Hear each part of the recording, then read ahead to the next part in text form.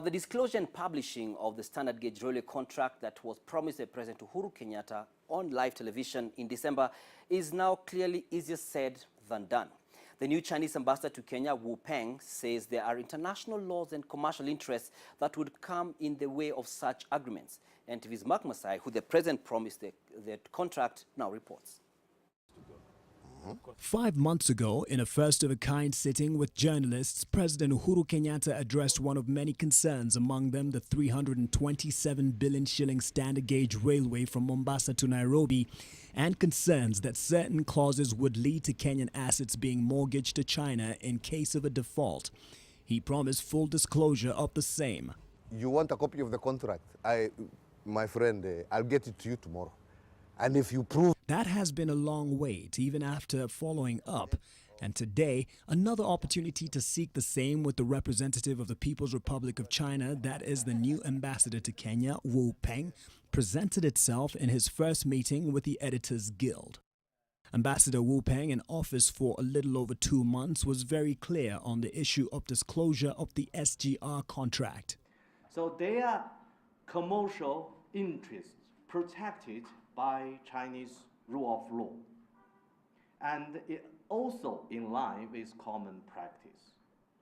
The second obstacle is every country has its own legislation, rule of law.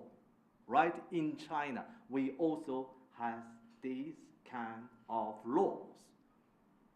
So I cannot say we agree or disagree, disclosure these kind of agreements.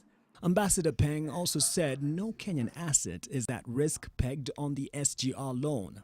I can assure you that any loan agreements between China and Kenya are in line with common international best practice. None of Kenya's national assets has been mortgaged for the SGR loan.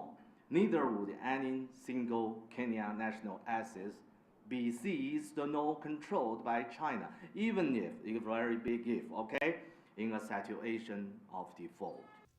The Second Belt and Road Forum in Beijing, attended by President Uhuru Kenyatta, his high-powered delegation including Raila Odinga in April, also came up in the ambassador's speech to members of the press, refuting reports that the leaders came back without a deal for continuation of SGR Phase 2B. The funding of the Naivasha-Kisumu SGR was not on the agenda of the President's this time meeting in Beijing. The government of Kenya is now focusing on the operation of the Mombasa, Nairobi, Naivasha SGR to maximize its overall efforts. Whichever way you look at it, the new ambassador was just doing his job, representing his boss. But he left the forum with the promise that journalists will keep pushing for answers on behalf and in the best interest of Kenya. Mark Masai, NTV.